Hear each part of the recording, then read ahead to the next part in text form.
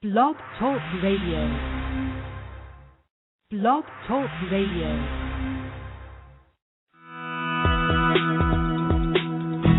Welcome to Franchise Interviews. For over 6 years, Franchise Interviews has been giving an up-close, behind-the-scenes look at franchising and entrepreneurship. Listen to interviews with franchisers, franchisees, franchise authors, franchise experts, and attorneys.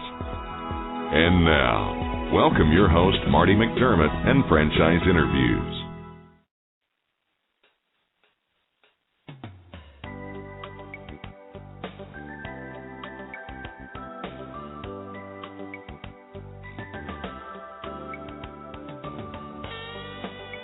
Hi everyone, welcome to a very special edition of Franchise Interviews, where for over 6 years now we've been asking the entrepreneurs one-on-one. I'm your host, Marty McDermott. I'm the president of Franchise Interviews, and we have a great show today. We're meeting with the founder of Project Pie, James Markham. We're also meeting with Todd Owen, the vice president of franchise development for Project Pie. And at Project Pie, customers get to choose unlimited toppings for one price and watch their pizza being made and served in all under 5 minutes. And we're going to talk to James and Todd about that in just a moment on Franchise Interviews. So stick around because we have a great show.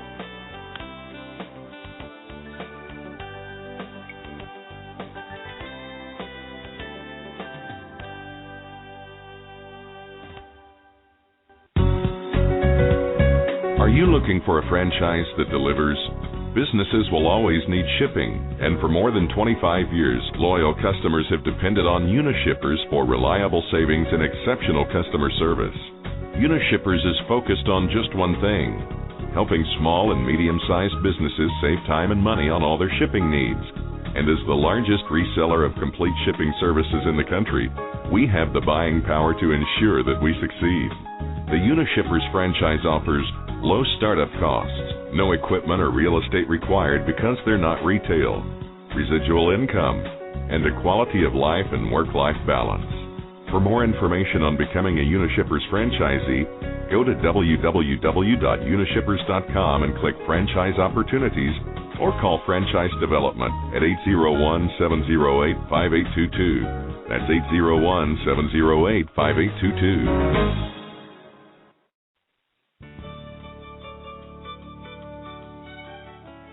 Are you one of those special people who are willing to go after your dreams and goals? Are you ready to fulfill that dream of owning your own business with the security of a proven brand? The opportunity to take control of your future and own a Rita's Italian Ice franchise is within your reach. Rita's is seeking success-oriented individuals who are ready to make a change in their life, and Rita's offers unparalleled training and support to assure your success.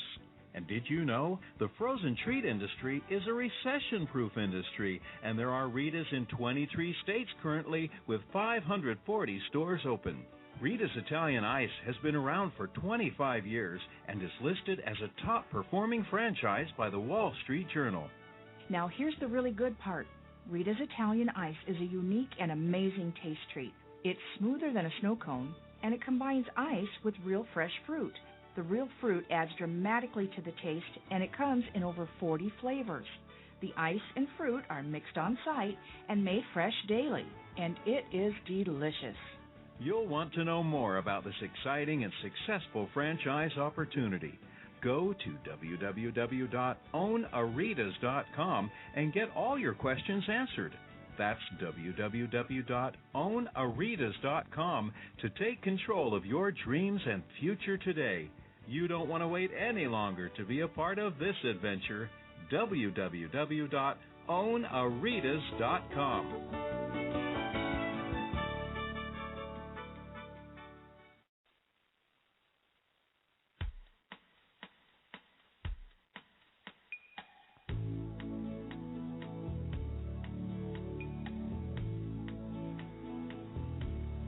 Hi everyone, and welcome back to a very special edition of Franchise Interviews, where for over 6 years now we've been asking the entrepreneurs one-on-one. I'm your host, Marty McDermott. I'm the president of Franchise Interviews, and as we were saying earlier, we have a great show today. We're meeting with the founder of Project Pie, James Markham, and Todd Owen, the vice president of franchise development for Project Pie.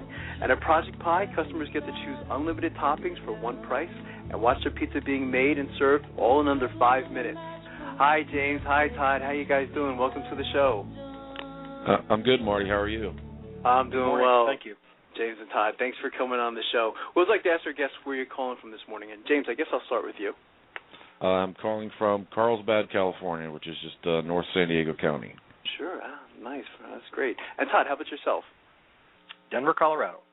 Great. That's wonderful. This was, one of these things, James, I was reading about it. I said, damn it, why didn't I think of this? I worked in the pizza business when I was like 16 to 18 years old.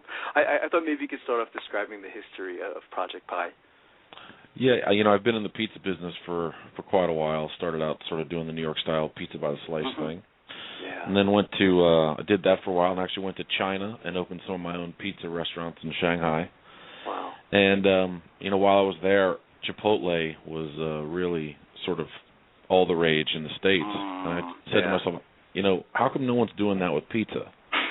And so I said, I'm gonna do it. I'm gonna try this. I'm gonna make it happen. And so I started testing and wanted to make sure I had the right flavor profile and the right, everything, cook speed, time, all that stuff. And this is what we came up with.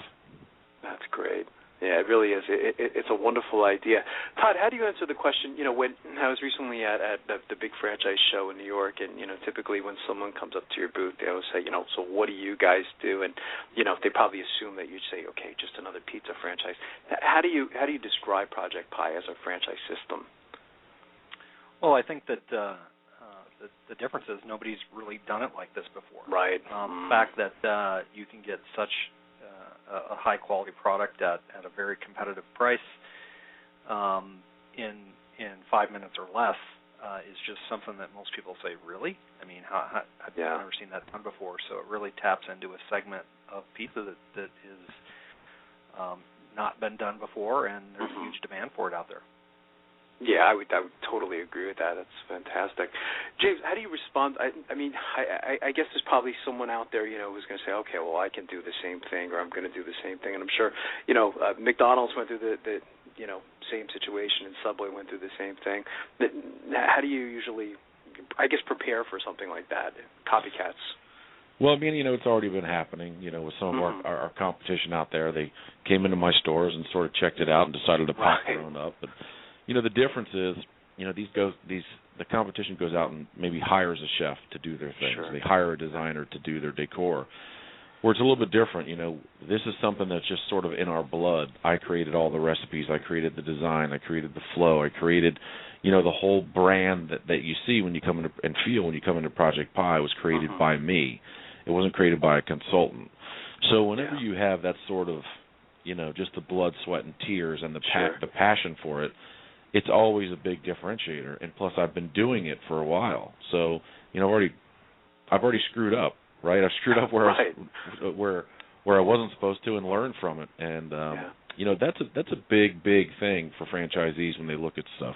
They should look at the time that the people have in the business. It's a big issue in terms of support and what's going to happen down the line if there are any problems or hiccups in the store, and who can you call, and what kind of help are you going to get. Yeah, I'm glad you said that, James, because, we've emphasized that a lot on the show, over the last, it's almost 7 years now, is, to kind of look towards the founder and the leader's experience, in the industry. I mean, were they, how long have they been in the business? And that's one of the things that really impressed me when I was reading about your background, was the significant experience you've had in doing this, so I think that's very important. I got from, in reading about Project Pie, too, it sounds like an experience to some extent, too, isn't it, for customers? I mean, again, this is something new, isn't it? It is, and that's one of the big differentiators as well, is from a design perspective and that vibe and the music and that whole thing that you just feel when you come in the store. Right. I'm maniacal about that. Like that is something that is so important, because there's a lot of places out there that have cool decors and designs, or they have good food, but they don't usually package it all together properly. Right. And true. That's one of the things. If you go online and read our reviews, people always talk about the decor, the staff, and the food and the value. It's like there's those 4 or 5 key elements you're always looking for, and we work tirelessly to make sure that you have that experience, not just have a good product, but you have that experience and you just enjoy yourself when you're in there. and you create that energy that everybody wants to be around. It's a big difference. Sure, absolutely. So here's a quick trick question for you, James. What's your favorite when you go into your own restaurants? It's funny. I always eat the same thing. Do you really? Our number one is either a classic cheese pie, just a basic cheese pie, or a number 7, which is it's a white pizza with no red sauce, and it has prosciutto and caramelized onions on it. Ah, that sounds delicious. If I can't make up my mind, I just do a half and half. That's fantastic, and you can do that in your place, can't you? Oh yeah, I mean that's great. the thing about our concept is you can literally do anything you want. You can get, it's very assembly line, much like the Chipotle, the Qdobas of the world. You literally build your own pie right there. You say, hey, can I have more of this, and it's one price. Whether it's 2 toppings or you can get 20 toppings, it doesn't make a difference. That's amazing. You're listening to Franchise Interviews, and today we're speaking with James Markham, the founder of Project Pie, and Todd Owen, the Vice President of Franchise Development for Project Pie. And how's technology played a role in this business? And Todd or James, either of you or both of you can answer that question. Todd, I'll jump in first, then you can chime in. A lot of developments in terms of ovens and the way that they cook, and also the way that we have a very, very sophisticated dough press that we use to eliminate some of the skilled labor positions and make it easier for the franchisees to make sure they replicate, our exact product. So some of those technology things are, they're key drivers in terms of getting the product out. Right. But, I mean, none of that matters if the product itself isn't great, but even more importantly, the people behind the concept, right? And I'm talking about our partners, the franchisees. They have to come in and just love what they're doing and really believe in what it is. And that's really what makes the big difference. And I think that's that way for any brand. So technology is important for the product itself, but there's no technology that's going to substitute for the people that are involved in the whole brand or the concept. That's well said. How do you feel about that, Todd?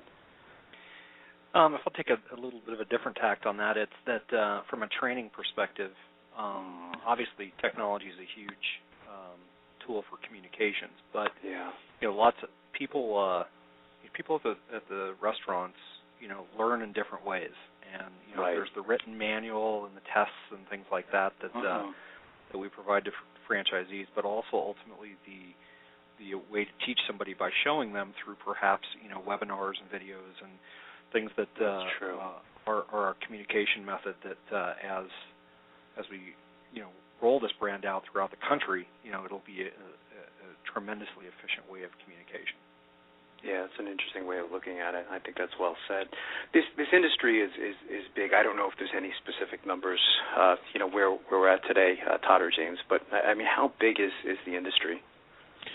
Well, I mean, the pizza industry in itself, is probably around a $40 billion annual industry. But with this segment coming into play, this more fast casual segment, those numbers always came from the big boys, the Pizza Huts and the Domino's, et cetera, and then all the independents. But now with this segment that we've created, I think it's really going to make a big, big difference because people are really looking for the alternative. It's the reason fast casual anything is so popular. You get the higher quality food, but you still get the speed and the value perception. And I think that's just a segment, the fast casual industry in general is just something that's here to stay. And so it's really going to start affecting those economics. That's interesting. What's been the most interesting thing that's happened to you, since starting this whole thing, James? Any surprises? Not surprises. It's like any business. You start going along and you just start, if you're doing it properly anyway, you just figure out better ways to do things, more efficient ways to do things. And, one of the best things that's happened is what we, just a couple months ago, we opened our first international store in the Philippines.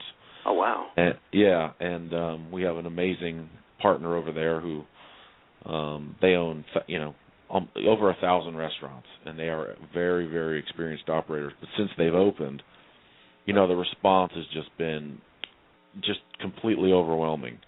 So it was a 25-unit development deal that we signed with them, and that was over a 5-year span. But they really are now more motivated to do that over a 2 or 3 year span because this first store has been such a huge success for them. So it's pretty cool to be able to create something and it, you already show that it has international legs. Right, so it's been great. It's been awesome. And in the States, you have, it sounds like it was 2 locations. We have one in the MGM Grand in Las Vegas. Wow, that's a great location. We also have San Diego. We have one in Boulder, Colorado that's going to be opening here in the next 2 or 3 weeks. And we have leases, 2 more leases signed in Los Angeles, and also we signed up to do one in Manhattan. Wow. We're going right into the belly of the beast. That's wonderful. That's fantastic. Yeah. What do you look for? Todd, I'll give this question to you. What do you look for, or what will you be looking for as far as characteristics and skills in your new franchisees? Well, we have determined that given the attraction to this concept, that we're going to roll out nationally. But we're not going out and looking for one-unit deals here and there from Charlotte to a small town to Florida, and it creates a lot of support, perhaps issues and supply chain and things like that, but rather to select very sophisticated multi-unit restaurant operators typically that have experience with real estate in their market. They may or may not have been currently with another franchise system or were in the past and have a proven track record of success and people and access to capital, so that we can move into these markets with a brand development strategy, not just picking off, throwing up whatever sites that we can get open wherever, but rather, a minimum of a 5-unit development agreement. And some markets will have more than one franchisee. Some markets will be shared with corporate development. That's great. What much space is required? I mean, when we're talking about location and to open up a Project Pie. Go ahead, Todd. The 1,600 to 2,400 square feet. Okay. And the difference in the size, is somewhat dictated by environmental factors of outdoor seating. Sure. The density of foot traffic that may be a lot of carry-out business. By the way, we're not in the delivery business at this time. That's again a segment that we don't feel is necessary for us to grow this business right now. But typically end cap locations or high density daytime population areas, we do tend to skew right at 50-50 on the lunch dinner business. So we've got a good mix of real estate selections out there to tap into the both the lunch business and pizza, traditionally known as more of the dinner business. That's great. What's the training like for, I guess, your new partners, your new franchisees? I mean, is there any type of training? Do they come out to California? Is it Colorado? How does that work? Yeah, our training is based out of our home headquarters in San Diego. Okay. We have a 4-week training program that's takes management trainees and owners through all aspects of operations and the technology to run the business and guest service and all that. Once that's successfully completed and franchisees back in their market, we come out prior to opening with a franchisee and provide a minimum of 5 full days on-site training to work with the managers and, of course, training the crew themselves. That's great. What's the reaction from the customers, James? I mean, when customers started coming into your store, I mean, did they say, "Wow"? I mean, that's interesting. I mean, I didn't know you could do that. I mean, so what's the reaction been like? Pretty much exactly what you just said. That would be my reaction. When they first come in, they're a little bit. There's always a little bit of a confusion because it's so new for them. Right, exactly. But we make sure that we our employees treat the guests with kid gloves in that respect, walk them through everything. And their biggest shock is, you mean I can get anything I want for the same price? And we tell them, yeah. And they just, they first come in, they always go a little crazy. They're like, oh, I can do pepperoni and I can do this and I can do this. And there's certain things that sound really good, individually, but all together, not so much. So we tell them, hey, I'm not sure how that's going to taste, but if you don't like it, come back. We will make you one of ours and we'll buy it for you, because we want to make sure that our product is represented properly. But people just get amazed not only at that value proposition, but the quality of the product and the speed. You know, when you come in and you start placing your order, by the time you pay and get your drink, it's done before. I mean, a lot of times before you even sit down. So the speed in which things happen has opened up just a huge segment for us, which is that lunch business, which pizza traditionally just can't do unless, you know, you're in New York and you grab a slice. But you know, even with the slices, you know, how many women do you see walking down the street eating a slice? You know, not very many. So the way that we designed our product and the stores and the design and the vibe and the music and everything, we really geared it more towards women, and it's worked. You know, over 50% of our clientele is women, and they come in on a repeat basis 2 or 3 times a week. You know, they can come in and get something that's very light, and then the guys can come in and load it up with as many toppings as they want. And if you come in our store, you see every demographic you can imagine. You see young kids, you see skaters, you see grandmas, you see business people, you see, I mean, literally just everybody under the sun. So, you know, it's been received amazingly well. Yeah, pizza really is international, isn't it? You know, it really is. Yeah, that's fantastic. And I like the repeat factor too. I mean, I think that's fantastic. I feel like I could eat pizza every day. I'm sure both you gentlemen feel the same way. You know, but I mean, typically, you know, in our household, we'll get a pizza pie like once a week. You know, but it doesn't make sense in this scenario that you could come in 3 or 4 times a week, couldn't you? Yeah, well, you know, the whole basis of this thing I created was when I had a traditional New York style pizza place. I did one size pie, which was an 18-inch pie for a family, or pizza by the slice. But people would come in during the day and say, "Oh, you know, you're out of this flavor because, you know, when we do pizza by the slice, you have to cook it, let it cool, and then you reheat it for them." And I was just frustrated by them coming in and wanting to not getting what they wanted. And same thing with pizza. You know, if you don't like black olives and we're going to split a pizza, and you go, "Oh, I can't decide." This was the equivalent, you know, of taking the whole thing away from that and having 2 large slices of pizza, but fresh, with whatever you wanted, every single time that you wanted. So that was really the basis for all of it, and it's just, like I said, it's worked out great. That's great. Our listeners to our show, we've been doing the show almost 7 years now, and we call them aspiring franchisepreneurs. You know, most of them have it in their mind that they want to buy a franchise, and most of them just don't even know where to begin. What advice would you give to them? And I'll start with you, James, and then I'll go to you, Todd, as far as their quest for buying a franchise. You know, for me, what's the biggest deal is, you know, a lot of people are looking to do something and sort of be their own boss and things like that.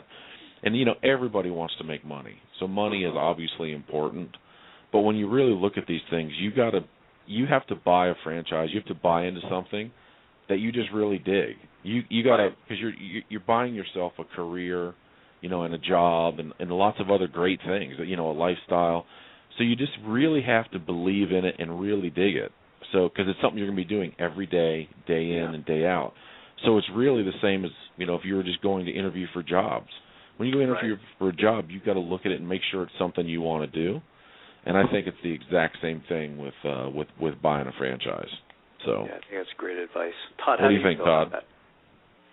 Yeah, I think James nailed it. I mean, in the sense of what you love doing, and you know, there's a lot of opportunities out there for people to look at different things. I think it's important to look at the segment, its demand, its growth opportunity, the branding, ultimately that the franchise brings to the table.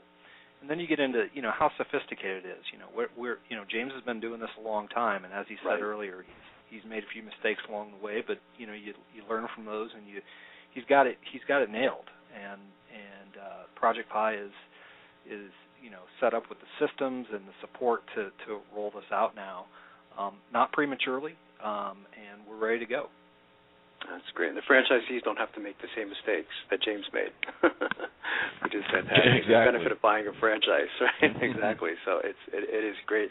So, James, I mean, where do you see this thing? I mean, your vision of Project Pie. I mean, if I were to ask you, you know, 3 to 5 years down the road, you know, where do you see yourselves? You know, that's a good question. You know, obviously we already have the international piece sort of working. You know, but we're also in some in some talks to bring on some pretty significant partners that are going to help us really sort of roll this thing even on a much faster basis. Right. And so, we're over the next 5 years, we're looking at several hundred units, I think, realistically, between corporate and franchise. We are not a company that's only looking at franchisees to grow our system. Right. We're doing a lot of corporate development, which I think is really important, and I think that's something that potential franchisees should be looking at. Is what's the franchisor doing? Are they putting more money in? Are they putting more skin in the game? I think it's important from a corporate side to make sure that we have stores in multiple regions so we can understand all the different areas and the demographics and those things so that we can support the franchisees properly. So I see this as a very sort of fast-growing segment, and especially Project Pi. I think we could have several hundred units without any problem. That's an interesting point. I've never really heard that in the 7 years we've been doing the show, James, is to watch what corporate is actually doing as far as growing and things like that. And keep your eye on corporate. Sometimes it seems like a lot of times the focus is just specifically just growing the franchise units, and that's it. That's all you really hear about. So I think that's an excellent point that you bring up is watch what corporate is doing. So. I think that's fantastic. What's the best way for our listeners to get more information on becoming a franchisee? Any websites would you like them to go to? Any numbers they should call? Todd? Certainly, a franchisee can make contact with us via the website, projectpi.com. There's a franchising section on there. Okay. And my direct line is 303-355-2836. That's fantastic. And I want to thank you, James and Todd, for coming on the show. I think you have a great franchise opportunity, and I would already like to invite you back, as you guys continue to grow. I think this is a wonderful concept, and as I mentioned earlier, I said, damn it, why didn't I think of that? But you did first, James, so that's fantastic, and I think it's wonderful. So I'm looking forward to you guys coming to Easton, Pennsylvania, by the way. I'm waiting. Well, I'm a Washington, D.C. guy. I was born and raised there, so we'll be there. Don't worry. Fantastic. That's great. Well, you gentlemen both have a great day. We'll be right back with more franchise interviews. Take care. All right, take care. Thank you, Marty.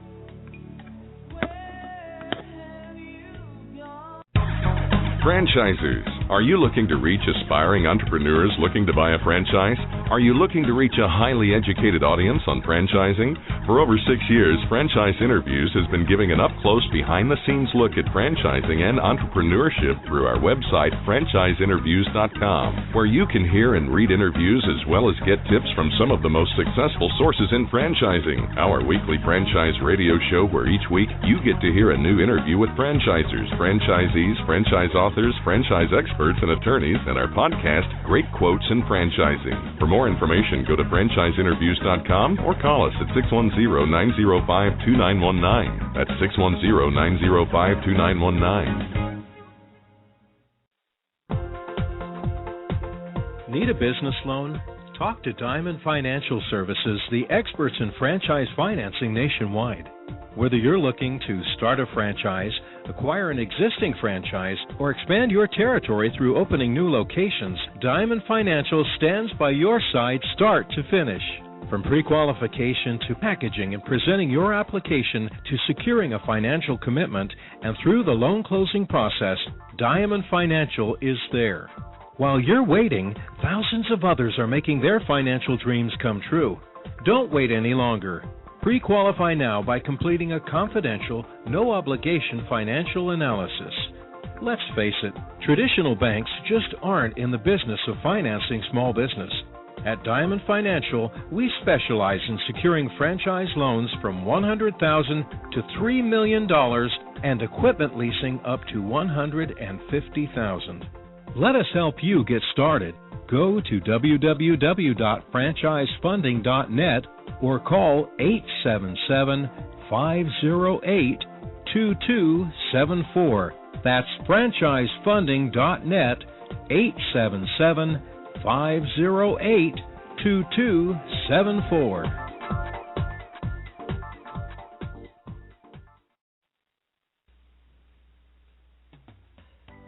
Hi, everyone, and welcome to another edition of Great Quotes in Franchising, where each podcast you get to hear a great quote in franchising. You know, we've been hosting franchise interviews now over 6 years and over 300 shows, and in January we hit a milestone of over 18,000 listeners. So over that time frame, we've had some incredible quotes on the show. Today you're going to get to hear from Rick Werner, who is a franchisee to Unishippers, and we love having franchisees on the show, of course, matching our tagline, asking the franchipreneur who owns one. And we asked Rick the question, what advice would you give to our 18,000 plus listeners listening to the show? And I thought his answer was brilliant. He talked about the importance of leveraging your experience. You know, in many instances when you buy a franchise, you don't have to have experience in a particular industry. But Rick was mentioning that you should leverage your past experience to work for you. So I thought what he said was brilliant. So here we go with Rick Werner of Unishippers. That's fantastic. Last month we had, it was over 18,000 people listen to our show, Rick. What would you say to all of those, we call them aspiring franchipreneurs, you know, they have it in their mind that they want to buy a franchise. We suspect that many of them don't know where to begin because it just seems a little overwhelming at time with, you know, there's 2,500 different opportunities out there. What would you say to them? First off, try to leverage your experience and your life experience, where you are now and where you want to go. Then find something that's going to fit your lifestyle. You know, if you're a workaholic, restaurant industry, it works for you. You're able to work as much as you want, as often as you want. But if that's not for you, look and try to find something that's going to fit, A, your experience, B, your lifestyle, and where you want to go in 5, 10, 20 years. And there's an opportunity out there. Don't be quick to jump into something.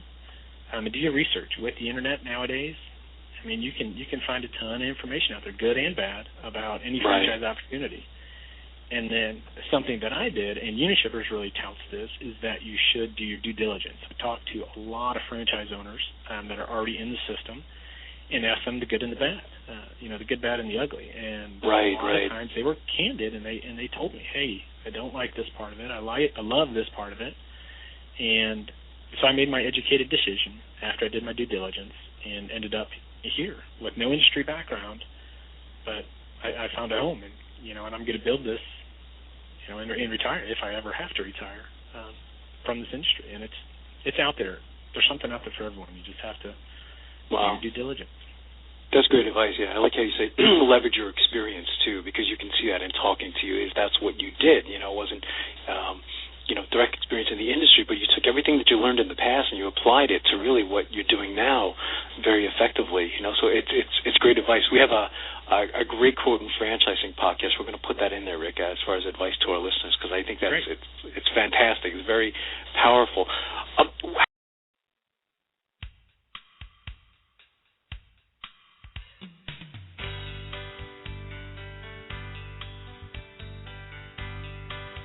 Thanks, everyone, for listening. We'll see you again next week with another edition of Franchise Interviews. Take care, everyone.